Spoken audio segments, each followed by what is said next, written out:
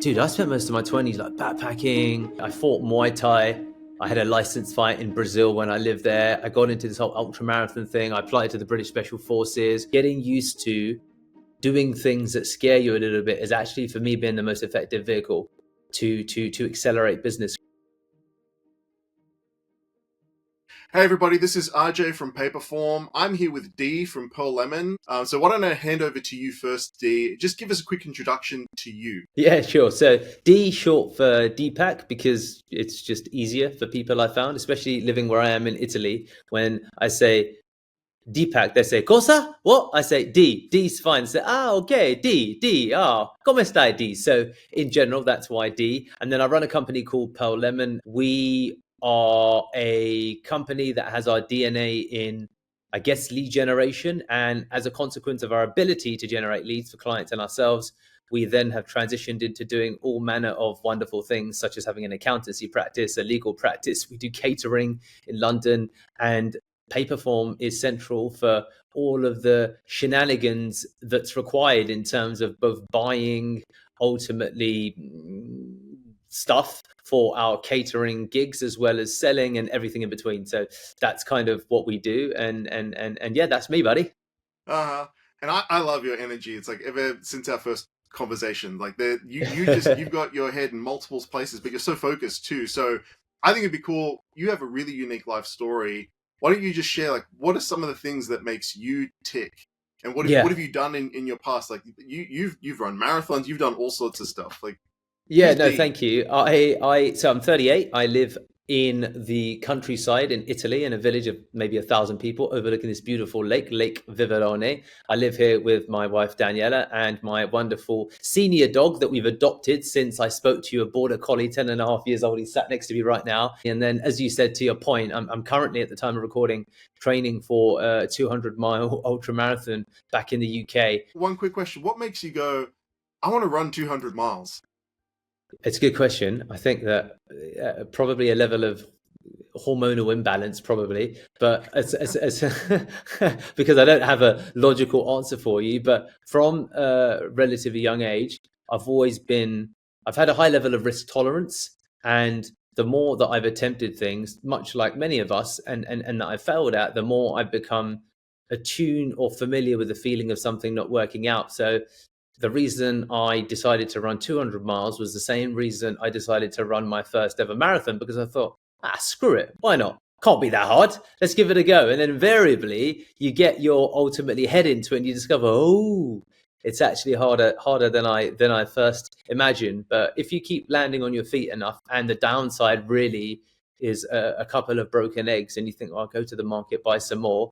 It's not too bad. So I'm looking forward to it. It is going to be a challenge, and it's currently what my mind is filled with outside of obviously work. Yeah.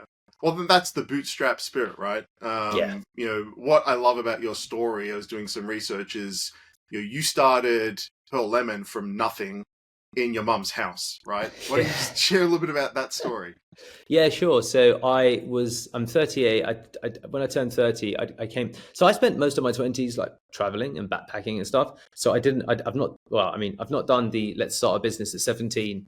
I actually had the corporate career at Deloitte, I started at Deloitte out of university, went to Warwick, studied English literature, started at Deloitte, management consultant, hated that. And then, dude, I spent most of my 20s like backpacking, doing stuff such as I fought Muay Thai. I had a licensed fight in Brazil when I lived there. I got into this whole ultra marathon thing. I applied to the British Special Forces.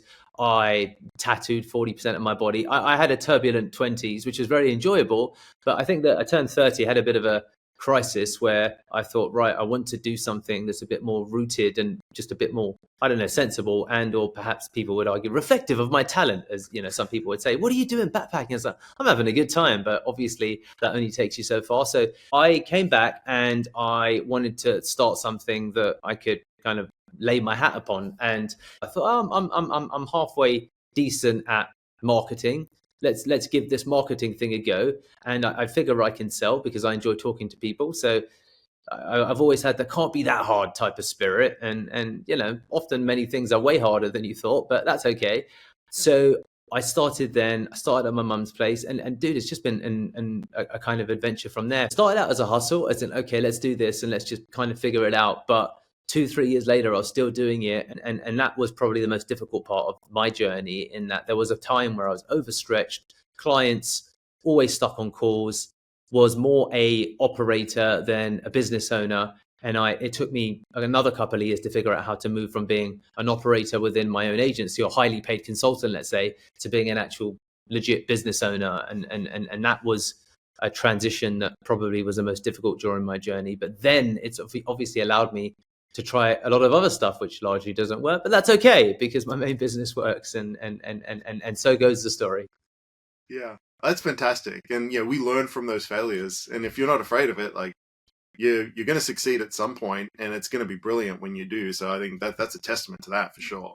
Yeah. It's a little bit of that every day. Exactly. I'm crossing my, I don't even know what they call it, but I'm doing the cross, everybody, if you're just listening and not watching. But amen to that. Let's say that. Yeah. You talked about some of the challenges that Pearl Lemon has faced. And specifically, I want to shift to, what are the challenges that Pearl Lemon, and maybe some of your other businesses too, if you want to go there, but what are the challenges that Pearl Lemon has faced before finding out and starting to use Paperform? Well, I think that one of the challenges that all businesses manage or deal with is, once you figure out the acquisition side of your business, so once you can onboard users or clients, the next biggest problem is, within top tier companies, like as in the banks and the consultancies and the tech firms, they call it the war for talent. At least they did when I was fresh out of university. And they say that the biggest thing that these companies try and go and spend an inordinate amount of money on is human capital. So the biggest challenge I've had in terms of growing businesses is people, finding great people. And invariably, a big part of that is the hiring process. And of course, a big part of that is, I don't want to feckin' look at 1,000 resumes. So that was where I was looking for a platform like Paperform. And before that, I think I tried Google Forms, I tried Jotform, I'd heard about Typeform, I tried them all. And then I found Paperform, or we found Paperform. And I always remember, based upon, because my team use it now day to day, right? I don't use it anymore because my team are like just living in Paperform effectively, because we'll get a ton of resumes. And the biggest investment you need to make is finding great people. And that's, if you're in services, it's people. It's people. And interestingly, probably in any business at the end, even if you're software, it's great people. You want great engineers, you want great product managers, you want great people. And the better the person, the easier life gets. And you get a great team, and you can do more with less people, and they can achieve more with less instruction. So actually, people often talk a little bit about processes and how important it is to have strong process. And I think that what came to light for me is that actually, because the world is so fluid and processes change so quickly, your process will actually live and die by the ability of the people that you have. Because someone who's like really damn good doesn't actually need much of a process. You'll say, just go out and promote Paperform, and they'll kind of get it and they'll just do it. And that was a huge transition, which meant that we needed to interview a shite ton of people, which meant we needed a form that would allow us to easily look through a ton of applications, to have a native Google Sheets integration, to put it into that, to then cross-reference those who would add attachments, who would follow instructions, and would include, for example, a Loom video recording, and would have a Zapier integration also. We could send out emails and all of these different bits and bobs. And Paperform had all of those things, and easy to use. I used to upload the GIFs and stuff. So we just really never looked back after that. And that's one of the biggest challenges we've had as a business, like finding great people and then retaining them. So that's become kind of the biggest focus of also what I do day to day. So I spend most of my time with HR, and HR spend most of their time in Paperform, because they're looking at people that apply. And I don't actually believe in resumes anymore, because I think people just make stuff up.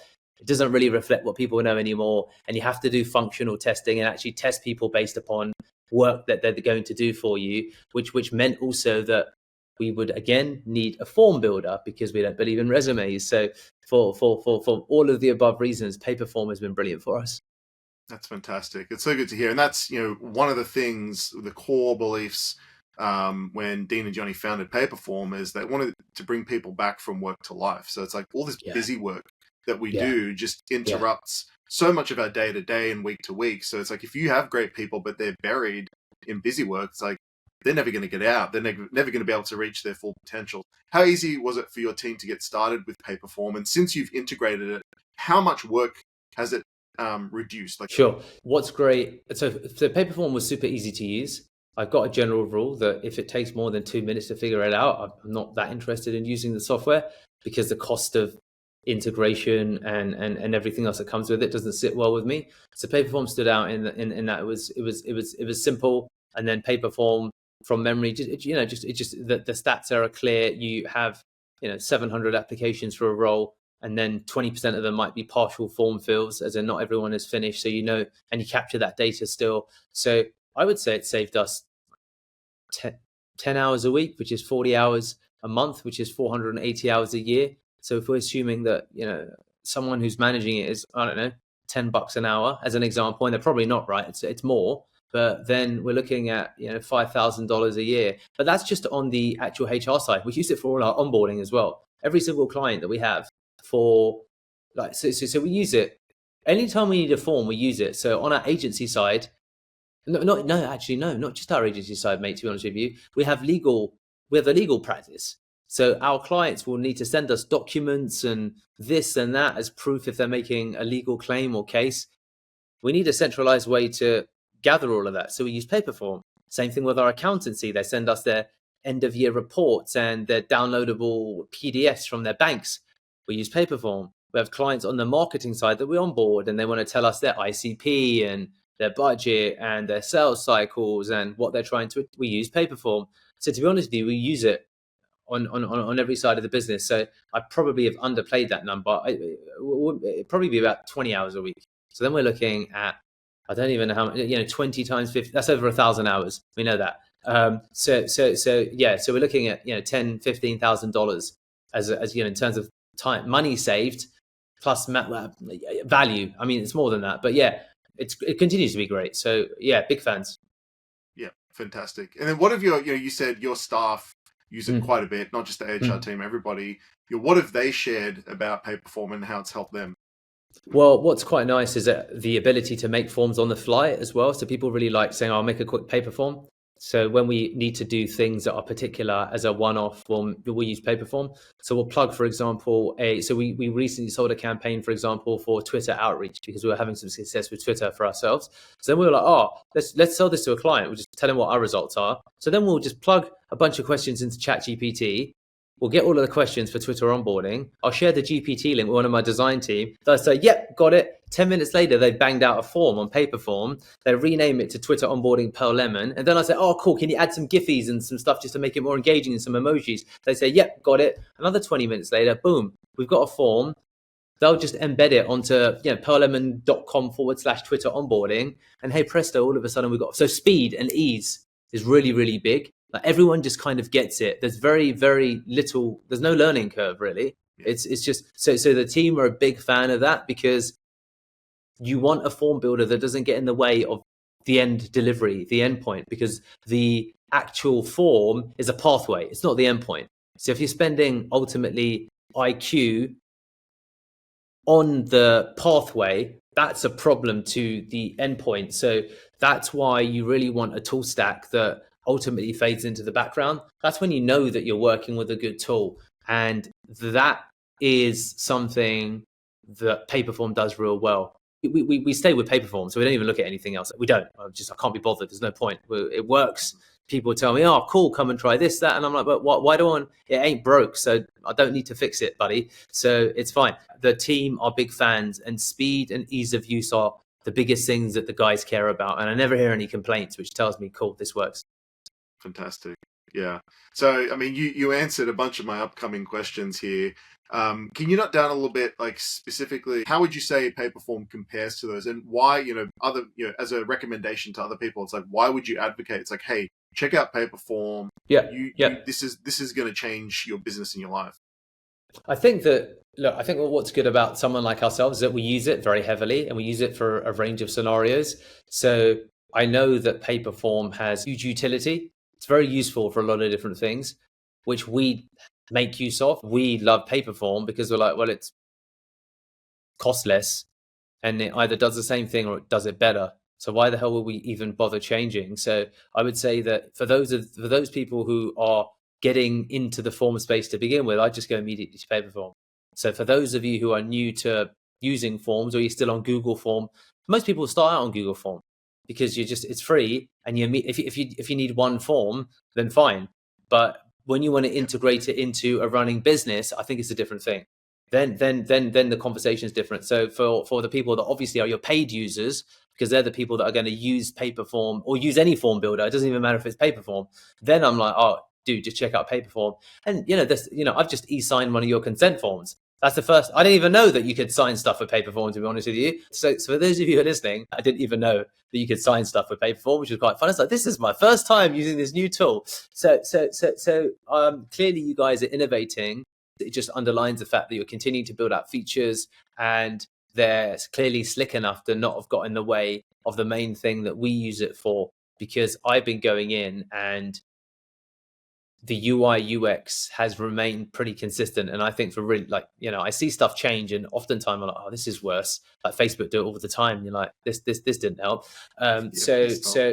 Yeah, exactly. Please stop. So as a founder, like you were talking before about your story a little bit. I'm super interested to know the answer to this, but as a founder of a bootstrap company, what advice would you give to anybody who's looking to do the same thing? Sure. So I think that getting used to the fear of the unknown is something that prevents a lot of people from ultimately taking aggressive action. What I mean by that is that if you investigated my decisions, as much as I say I have risk tolerance, I'm also risk averse. Like, I never bet the house. I break a few eggs, but I'll always have another 50 eggs in the bank, because I'm not going to ever do something that would constitute what Jeff Bezos calls a one-way decision or a one-way door. So most decisions are two-way doors. So I think that people logically know that, but it's an emotional problem, I think, that stops people from making decisions that actually are logical. So I would say that if you're a business owner, or if you want to be a business owner, and or you're looking to do that, I think that getting used to doing things that scare you a little bit is actually, for me, been the most effective vehicle to accelerate business growth, because most problems, I think, are emotional. We know what the right thing to do is if we write it down on paper, but then all of this other BS in our mind prevents us from doing it. And what's rooted in that is often, I think, fear of the unknown. What if I spend $100 on a Google ad campaign and it doesn't work?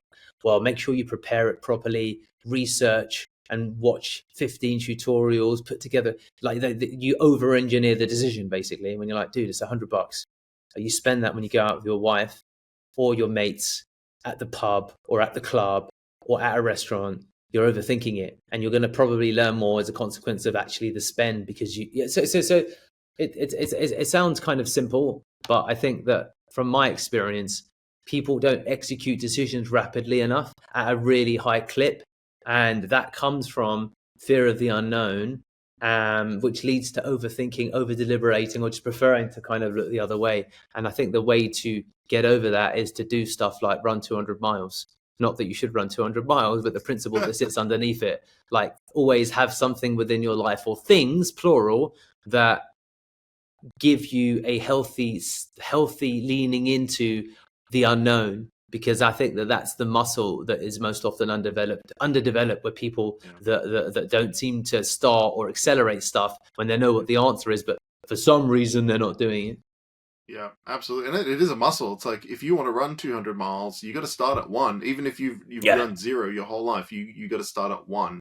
You can't get straight to 200, so you do have to flex that. I think it's a perfect analogy for that.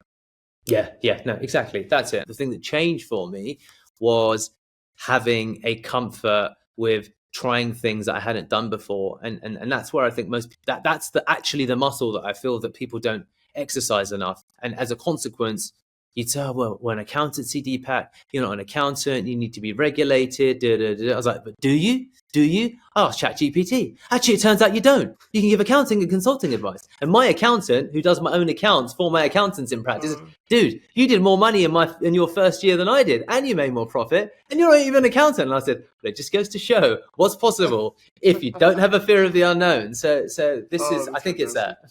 Yeah, that's fantastic. So wrapping up, what is next for Dee and for Pearl Lemon?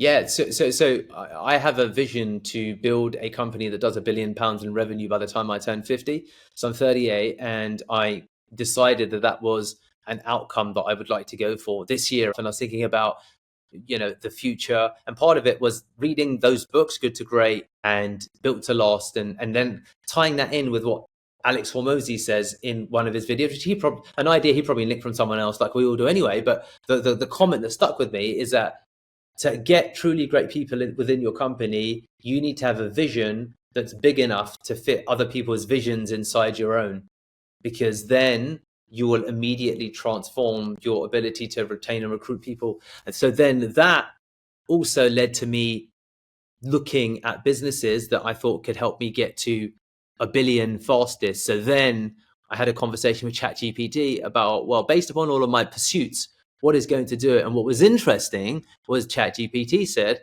well, running a marketing agency is more than likely not going to make you a billionaire, because there's very limited examples of companies that do that at the moment.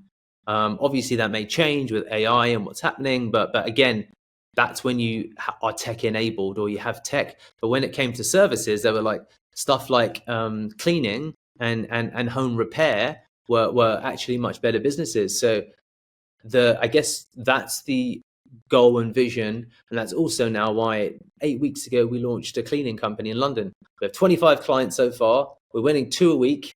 And let's see where that journey takes me. So that's kind of home services, basically, is the area absolutely. Now. And that's the thought process behind, why are you doing that? And I was like, it's strategic. I didn't just, but yeah, that's where we're headed. And I'm going to, by hook or crook, figure out how to get there.